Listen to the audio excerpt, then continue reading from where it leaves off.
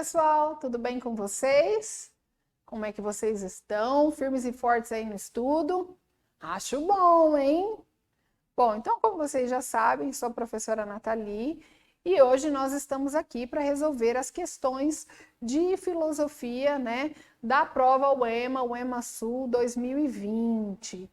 Antes da gente começar precisamente a questão número 31, que é a primeira questão que a gente definiu aqui da área de filosofia, eu quero lembrá-los, né, o que a gente discutiu e que vocês devem ter percebido ao longo do nosso curso, que a área de ciências humanas está muito interligada. Então, a gente percebe que as questões elas não estão muito definidas numa área. Então, até para a gente poder separar, né, para não ficar avaliando questões repetidas aqui, analisando questões repetidas para vocês, a gente sentou, né, os professores da área de humanas, professor Alessandro, de geografia, professora Clarice, de história, né, e eu, né, como filosofia e sociologia, para poder definir quais questões nós abordaríamos para você. Ou seja, cada questão ela está dando ênfase para uma área, mas ela pode naturalmente, né, ser esmiuçada aqui por qualquer um dos professores das áreas de ciências humanas.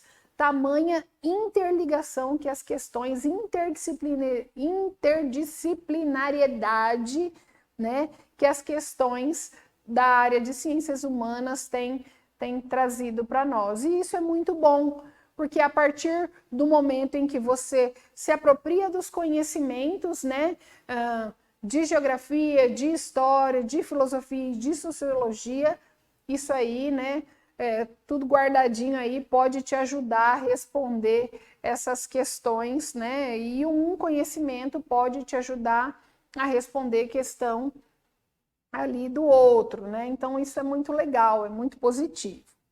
Então bora lá para a questão 31. A sociedade, de uma forma geral, em cada tempo, produz conceitos ou amplia os já existentes que possamos pensar em determinadas condições vigentes e entender determinados processos nas relações humanas vividas no momento. Um exemplo disso pode ser visto no texto abaixo sobre Kant e sua ideia relativa ao tutelamento. Então, olha só, essa palavrinha tutelamento já está um pouquinho aí para confundir a gente, tá? Mas a gente falou dessa temática. E o que é tutela, né? É algo que você tem a posse, que você tem o domínio, né? Que você... Então, vamos ver lá como é que está explicado no contexto aí para gente. Dizem os historiadores, no século XVIII, para se entender certo fenômeno que ocorria na Europa, conhecido como iluminismo, né? Quando éramos iluminados pela razão, perguntaram ao filósofo Kant o que seria esse movimento. O referido filósofo explicou que seria como um processo de esclarecimento, a partir do qual o ser humano sairia da sua menoridade, graças ao uso da razão, e ao exercício da liberdade do pensamento. Lembra quando a gente falou dos conceitos de menoridade e maioridade? Menoridade é quando você pensa, né? Quando você recebe um conhecimento pré-pronto e se apropria dele. Maioridade é quando você se faz do uso da razão, né, algo pregado por essa corrente filosófica e o iluminismo, e passa a pensar por si mesmo. Então, não é que você não possa concordar com esse pensamento, mas você chegou nele a partir da razão, né, da reflexão. Escreveu o filósofo em sua resposta o seguinte: o iluminismo representa a saída dos seres humanos de uma tutela que estes mesmos se impuseram a si.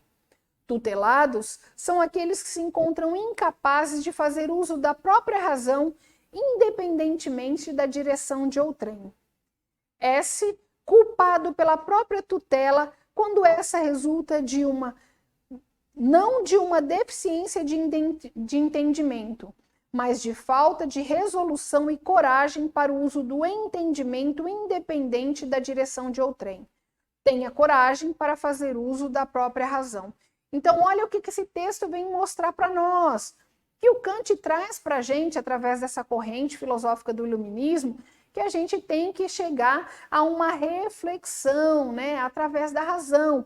Então, que a gente não pode aceitar algo pronto, né, algo colocado, algo imposto para a gente. A gente pode até concordar com essa concepção, mas é preciso que a gente saia desse estado de conformismo, né, de aceitação, de minoridade, mas que a gente possa refletir. E aí você pode até concordar com o cara, né? Mas depois de uma liberdade de escolha através da sua reflexão. Então, bora aí para a continuidade da questão. Hoje, em pleno século XXI, onde há um amplo uso das redes sociais tais como Facebook, Instagram, YouTube, WhatsApp, é apropriado retomar esse conceito kantiano acima exposto, para que se possa entender a condição de tutela ao que os homens se encontram. A relação que exemplifica o conceito de tutela de Kant aplicado aos dias atuais é o seguinte, né? Aos dias de hoje é o seguinte. Os designers gráficos e as novas produções do YouTube. O que ele está falando para a gente é de conceito pré-pronto que a gente aceita, né, sem se questionar. Então, designers gráficos e produções do YouTube não necessariamente é uma questão de conceituação, tá? Pode ser uma questão de aparência ali, tá? Então, eu já descartaria de imediato. B. Os adolescentes e o desejo da nova realidade nos jogos online. Então, não necessariamente só nos jogos online, né? Existem outras concepções, como Karl Marx diria para a gente, de alienação, né? Onde a gente pode se manter nesse estado de tutela, de minoridade, aceitando os conhecimentos prontos, não só necessariamente nos jogos online. Por isso, essa alternativa está errada. C. As novas profissões e oportunidades de trabalho no Instagram. Não é só no Instagram, tá bom? A gente, ali no próprio enunciado diz, YouTube, WhatsApp, Instagram, Facebook, de uma forma geral as redes sociais. E aí a alternativa está especificando só o Instagram. D. Os estudantes e as pesquisas de artigos nos sites acadêmicos. Não está nem citando sites acadêmicos, nós estamos falando de tutela, ou seja, da gente se manter nesse estado de minoridade, aceitando conhecimentos prontos, sem se questionar, sem refletir, sem pensar, como é uma ideia trazida pela corrente filosófica do iluminismo, tá? Então, os sites acadêmicos, ao contrário, são locais onde fazem a gente pensar, onde a gente tem concepções diferentes sobre uma ideia. E os internautas e a manipulação das informações nas mídias sociais. Hoje, a gente vê, eu até dei exemplo numa das aulas, naquela mulher que foi morta, né, por uma informação errônea que foi colocada lá no Facebook, de que aquela mulher foi equiparada a uma mulher que abusava, e daí as pessoas espancaram essa mulher e ela morreu, né? Trazendo para a gente essa ideia de que realmente, se a gente a gente, de forma geral, um contexto, tivesse se questionado, tivesse procurado melhores informações, será que seria essa atitude tomada? Então, a gente percebe, né, que de uma forma geral a sociedade está meio nesse estado de minoridade, nesse estado de tutela, de conformismo. Tudo aquilo que se vê nas redes sociais está sendo apropriado pelas pessoas sem muito questionamento. Então a gente vê posições ideológicas, políticas colocadas e publicadas nas redes sociais, onde as pessoas nem param para pensar se aquilo é coerente, né? E acabam aderindo. Então, vem trazer esse conceito de tutela de Kant, né? Onde a gente acaba ficando omisso, né? Se encontra nesse estado de minoridade e não está se questionando. Então, letra E, os internautas e a manipulação de informações nas mídias sociais, tá bom? Próxima questão. Questão 32. Uma das questões comuns aos professores de filosofia, quando vão para suas atividades em sala de aula, é a seguinte: para que serve mesmo a filosofia? Para que mesmo serve a filosofia? Pela pergunta apresentada, parece que os alunos têm clareza para que serve as ciências de uma forma em geral e conseguem identificar o seu pragmatismo. Mas quanto à filosofia, parece não ficar clara a sua função. Analise a cena transcrita. Então, olha só, uma questão muito discutida, né? Em primeiro lugar, como a gente falou em várias aulas lá, a gente percebe que muitas outras ciências, né, provieram da filosofia.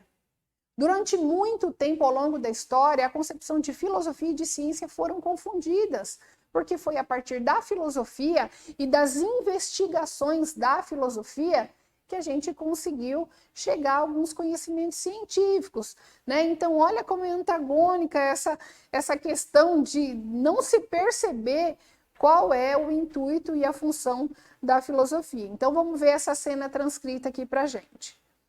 A professora ou professor de biologia, ao terminar de explicar a aula sobre leishmaniose, faz a seguinte atividade para os alunos: analise as imagens relacionadas à leishmaniose e sintetize as informações pertinentes. Ao executar esse comando, a professora espera que o aluno saiba o que é o analisar e sintetizar. Então, o que é o analisar? Né? Você parar, você refletir, sintetizar, você, né, chegar a uma conclusão.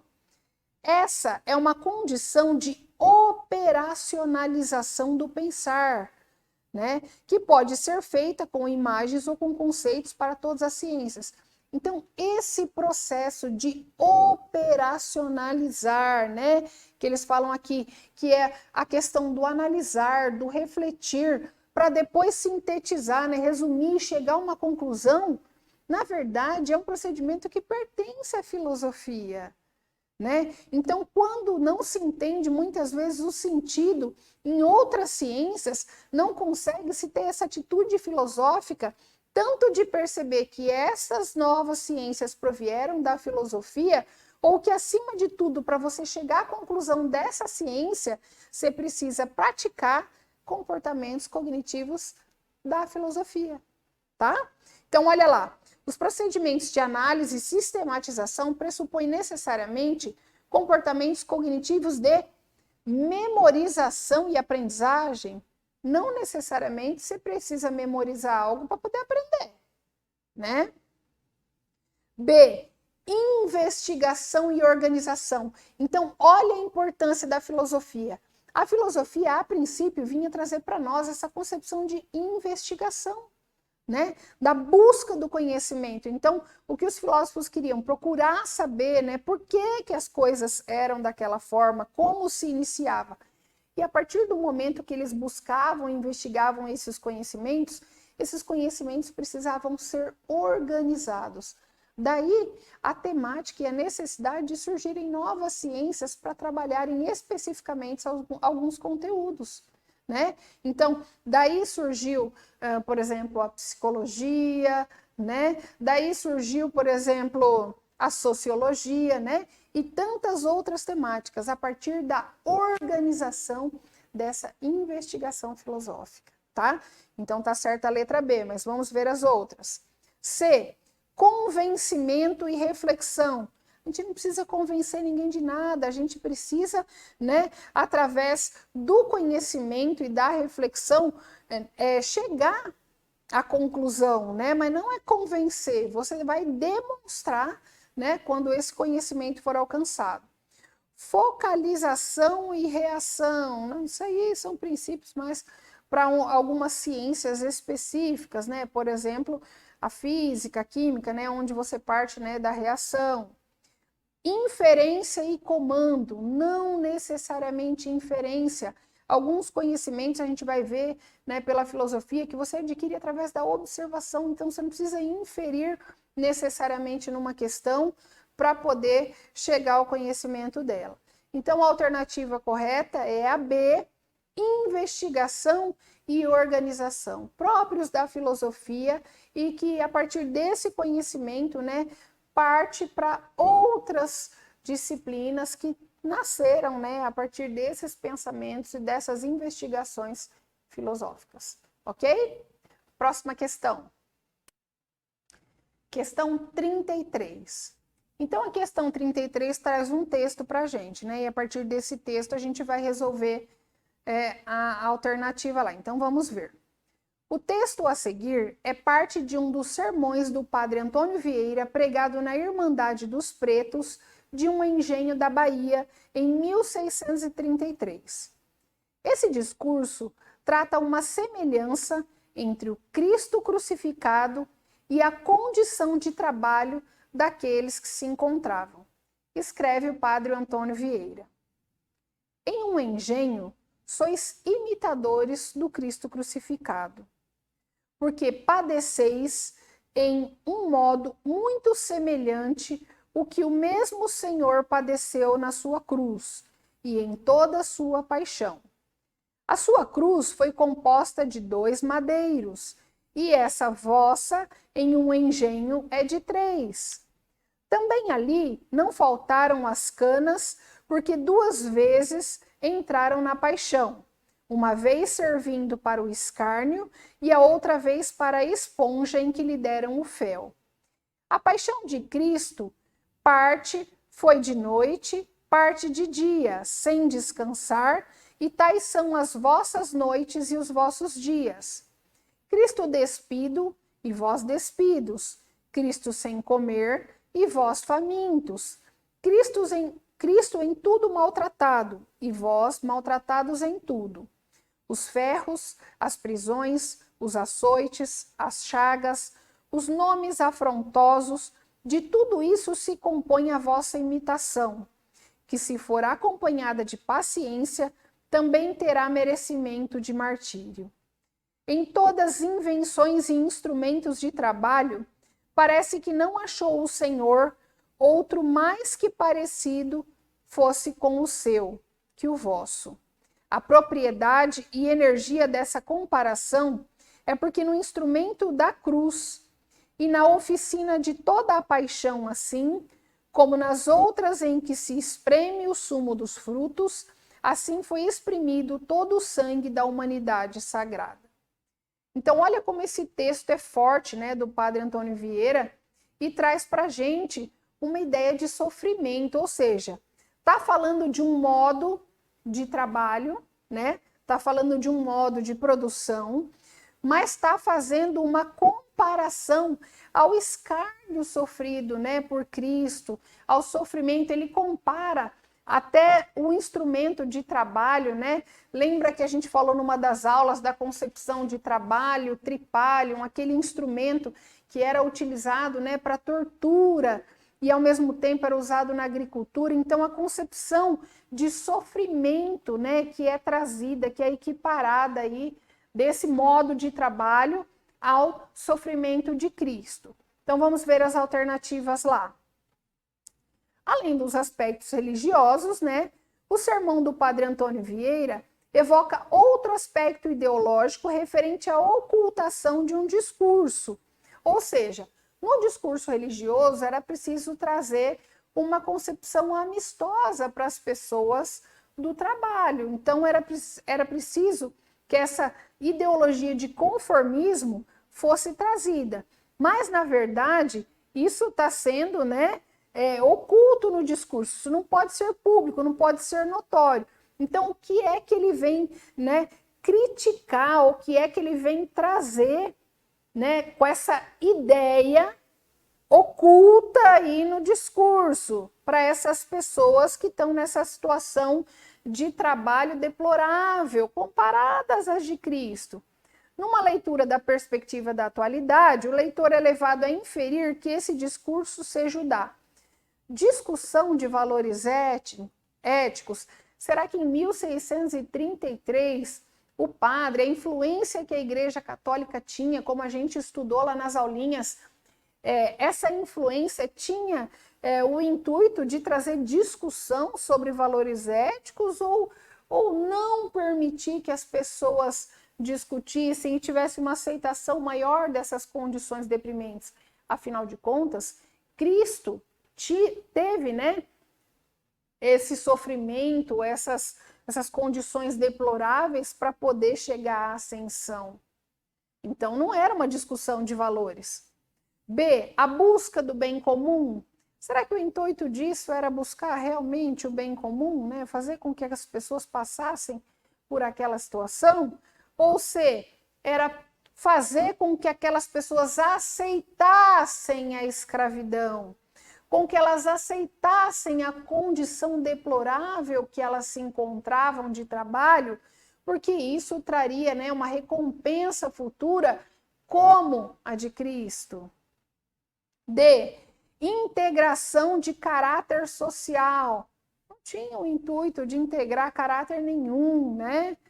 E, enaltecimento de virtudes humanas. Na verdade, ele não estava exaltando as virtudes, mas ele estava exaltando o sofrimento, né? Estava comparando o sofrimento daquele modo de produção daquelas pessoas, daquele modo de trabalho daquelas pessoas, com o de Cristo, né? Alguém, a figura mais importante ali dentro daquele conteúdo ideológico, dentro daquele contexto ideológico, né? Então, a atitude ali que estava oculta no discurso, o aspecto ideológico oculto no discurso, era a aceitação da escravidão, porque trazia para eles uma sensação de conforto. Afinal de contas, até Cristo, né, que era o líder maior, que era um ente sagrado, passou por aquele sofrimento, né? Então aquilo traria para eles uma aceitação da condição na qual eles estavam vivenciando, ok? Então C,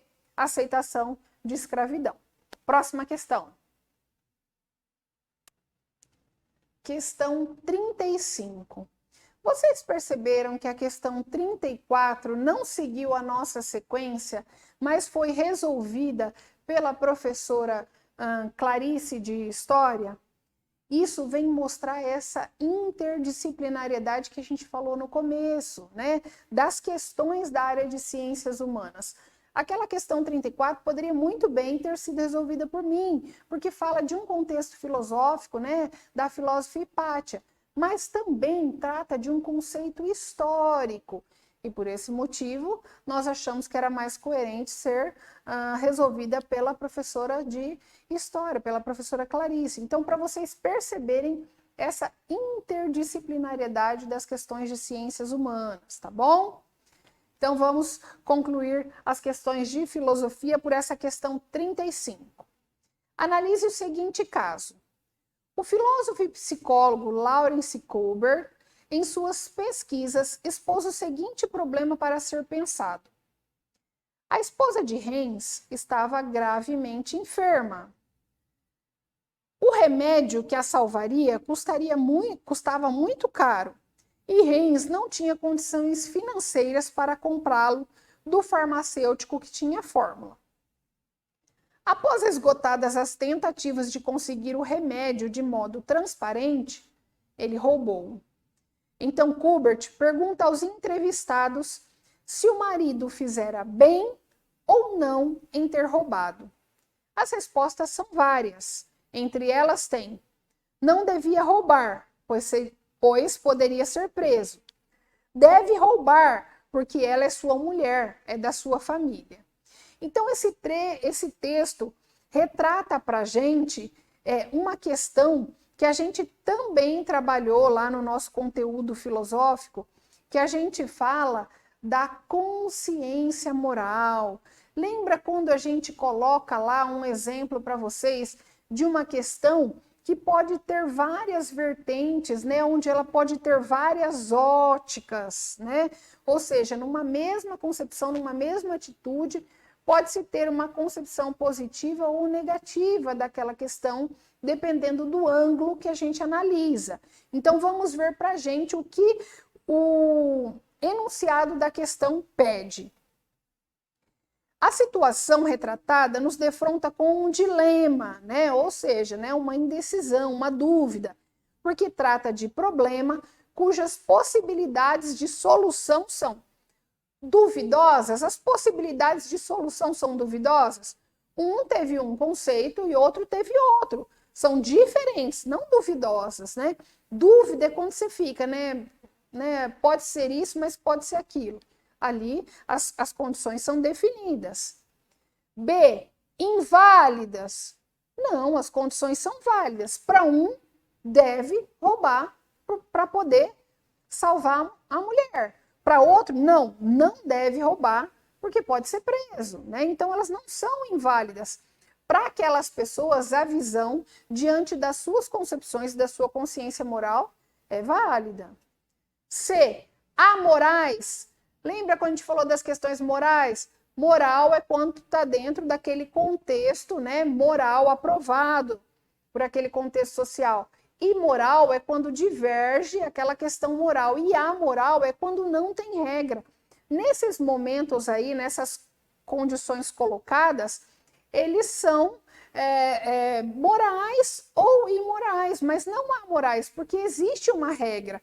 Por exemplo, não deve roubar porque seria preso. Então tem a regra, né, de que se roubar vai preso, por isso ele não deveria fazer.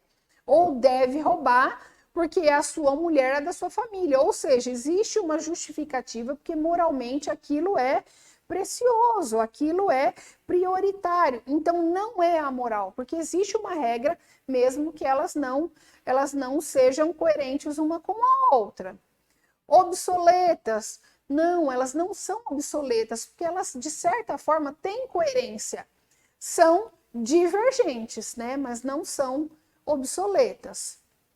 Letra E, inconciliáveis. Muito bem. Por que elas são inconciliáveis? Porque uma não dá para fazer, né, conciliação com a outra. Uma é oposta à outra. Então é aquela questão da consciência moral. Um pensa de uma forma, outro pensa de outra, mas dentro de um mesmo âmbito. Então, por isso, né, as respostas, né, diversificadas aí são inconciliáveis, ou seja, um fala que deve roubar, o outro fala que não deve roubar. Não tem como a gente fazer uma conciliação entre esses opostos. Por isso, a alternativa mais adequada é a alternativa E. Então, encerramos aqui as questões de filosofia da prova da UEMA, UEMA-Sul de 2020 e nos vemos aí na correção das próximas provas. Um grande abraço.